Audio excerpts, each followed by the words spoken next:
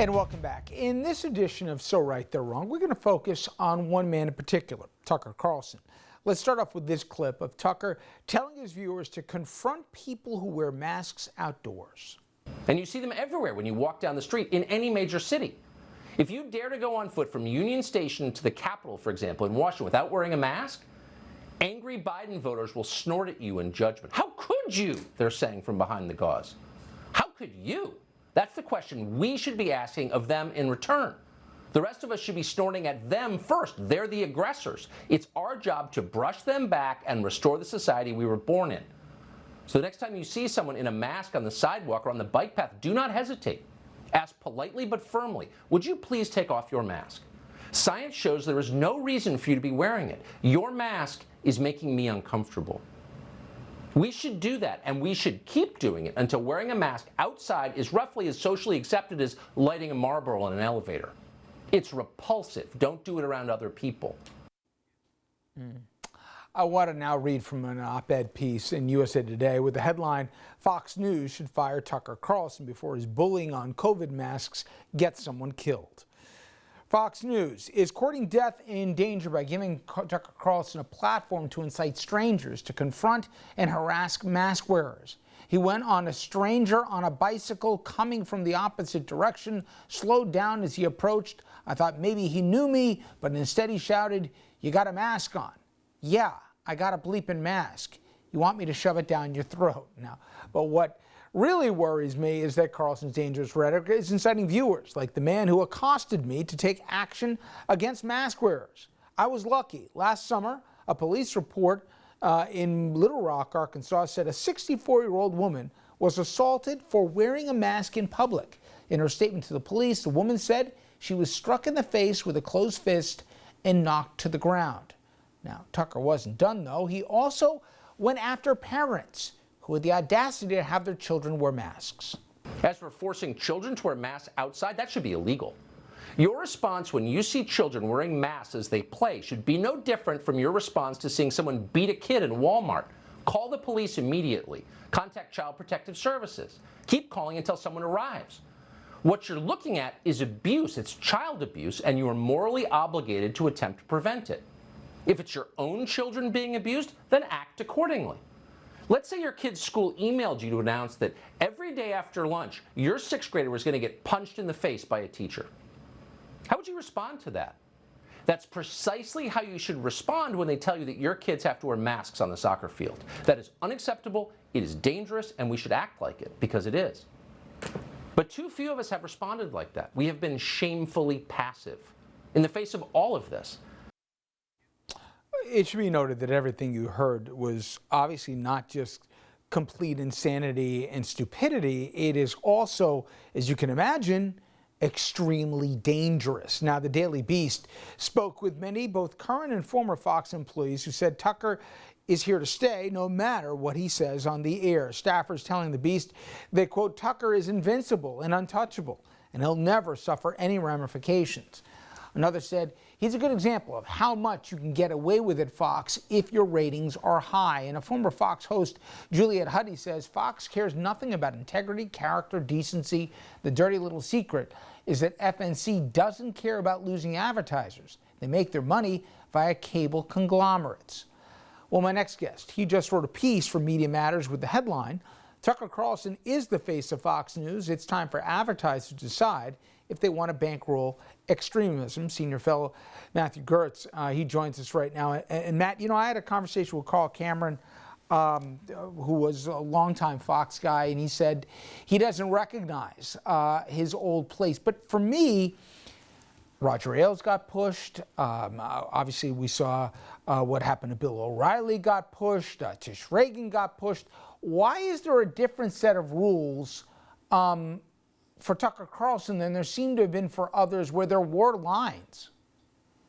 Well, I mean, I think that over time, Tucker Carlson has just been testing and testing and testing to see if Fox executives would, force him to walk anything back, impose any sort of restraints upon him. And they really haven't. He is a favorite of Lachlan Murdoch and Rupert Murdoch, the heads of the network, and they are inclined to let him do whatever he wants.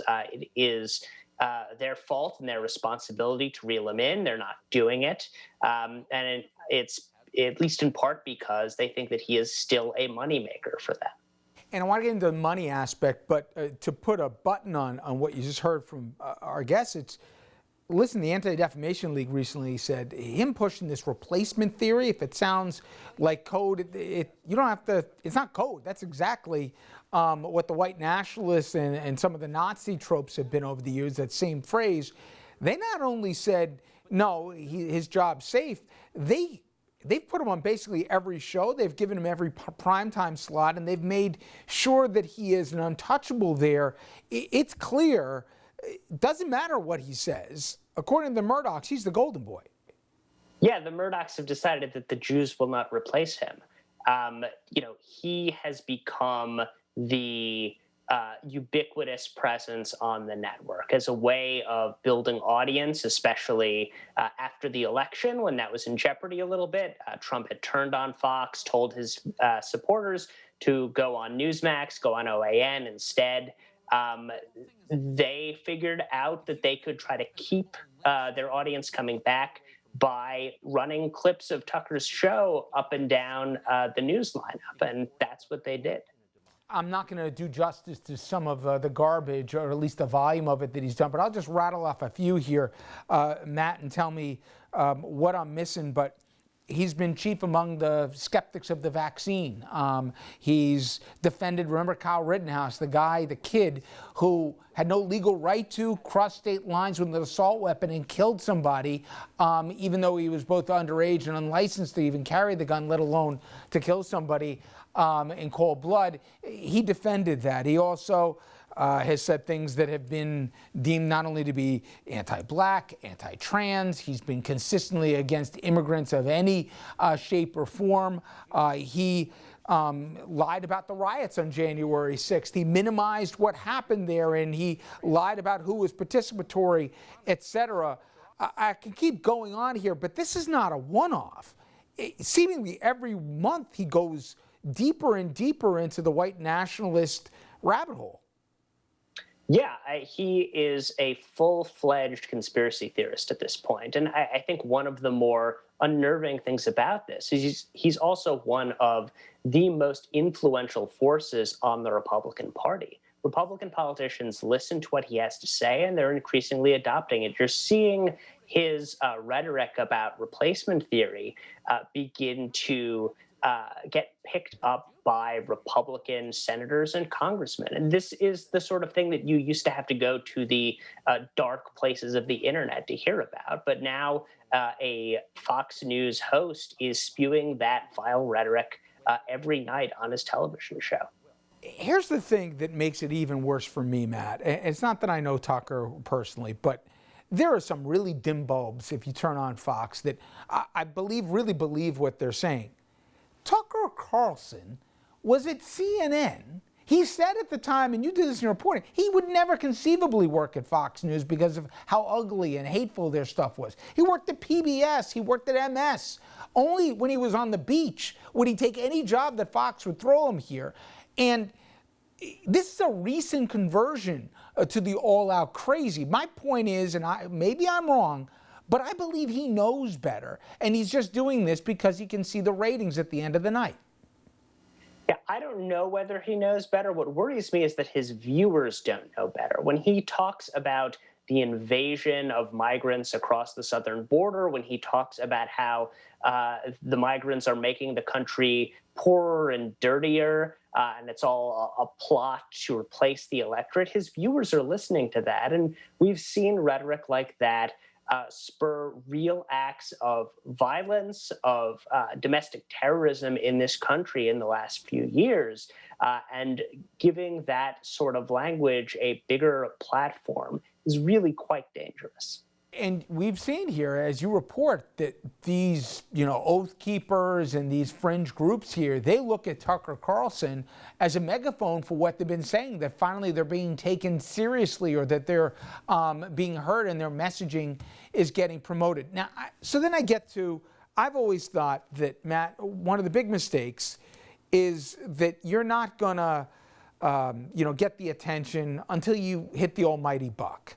And I thought it was interesting, and I've been dealing with some of the folks that have tried to push back on the corporate level with voter infringement. Advertisers have been staying away from Tucker Carlson's show, at least the direct show that's on in Prime, and they've, as they say, voted with their feet. He still is protected, and it's not based off of revenue he showed in success, it's the rating. But I remember Glenn Beck got bounced because they couldn't make any money off his show. Why is it different with Tucker Carlson?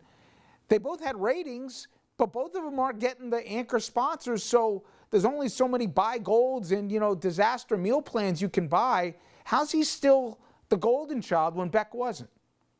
Yeah, so his show itself is pretty empty right now. It's basically ads for Mike Lindell's My Pillow, the right-wing pillow company, and sort of direct-to-consumer products. All of the blue chip advertisers left a year ago or more. On the other hand, because he gets such ratings, Fox has started moving him around to other shows. He's become a regular guest on other programs.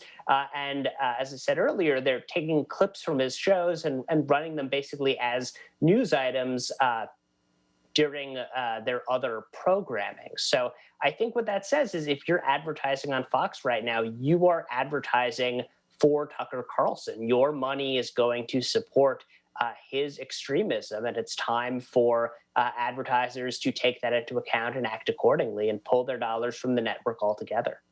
Matt Gertz, I appreciate it. Thank you so much. Thanks for having me.